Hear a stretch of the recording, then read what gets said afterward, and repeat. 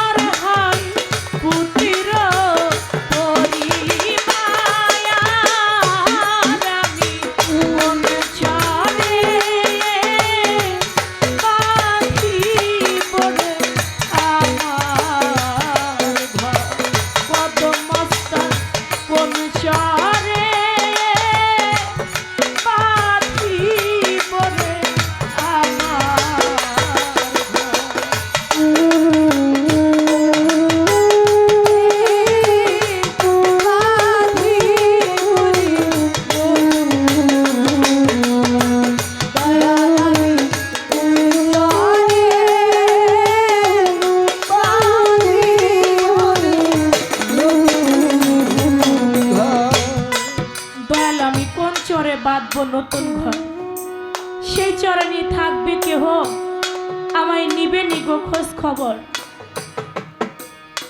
যার 2 তলা বাড়ি আছে সে আরো 7 তলা বাড়ির স্বপ্ন দেখে,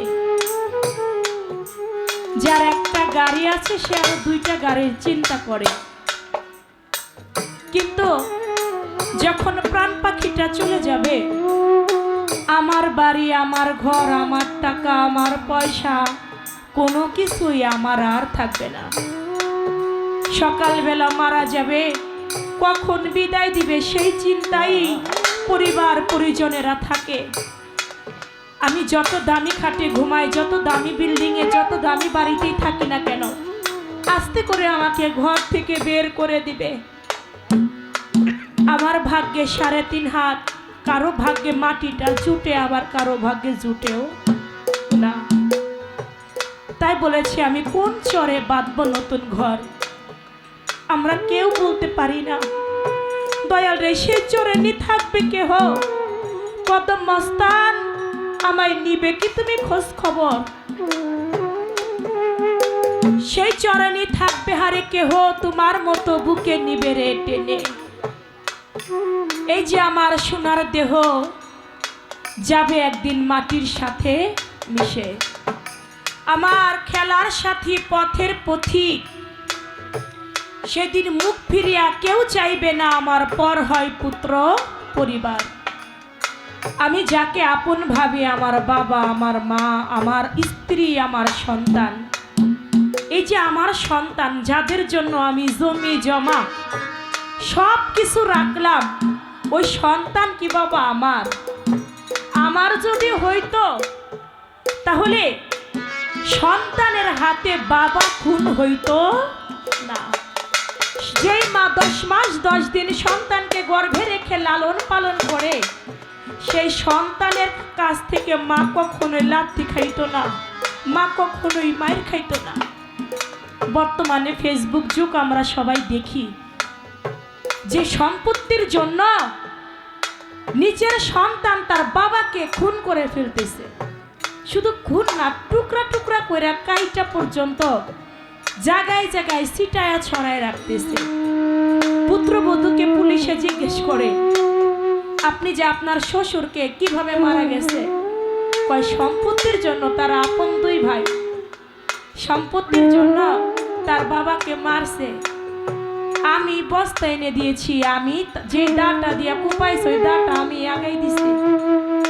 আপনি কেমনে পারলেন? তখন আমার আবেগ কাজ করছে, বিবেকে কাজ করে নাই। এমনি ভাবে সন্তানেরা সম্পত্তির জন্য বাবাকে পর্যন্ত খুন করে ফেলে। তাহলে এই সন্তান কি আমার আপন হইতে পারে? সন্তান যদি আমার আপন হয়, কেন সন্তান আমার কি মারবে? যে সন্তানকে মাথার ঘাম পায়ে ফেরিয়ে রিক্সা চালিয়ে খেতে মাঠে জমিতে কাজ করে সন্তানের মুখে খাবার তুলে দিয়েছে, যদি একজন পিতা বুঝতো এই সন্তান সম্পত্তির জন্য আমারে মেরে ফেলবে, কোনোদিন এই সন্তানের মুখ প্রাণে তাকাইতো না। সম্পত্তির জন্য মার জানাজা পর্যন্ত দিতে দেয় না। আগে সম্পত্তি ভাগাভাগি হবে, পরে মায়ের জানাজা হবে। ভাইদের মধ্যে লেগে যায়। তাই বলেছি বাবা, জগতে কেউ কারো না, জগতে কেউ কারো না। স্ত্রী পুত্র জগতে কেউ কারো না, আপনার আপনি। যখন আপনি চলে যাবেন, নিদানকালে মুহূর্তে আপনার মুর্শিদ বিনে আপনার কেউ থাকবে না সাথে। মুর্শিদ নাম, রসুল নাম, আমার আল্লাহর নাম ছাড়া জগতে কেউ কিছুই সাথে যাবে না। তাই গানে কবি বলেছে, দয়ালম কুম্পারে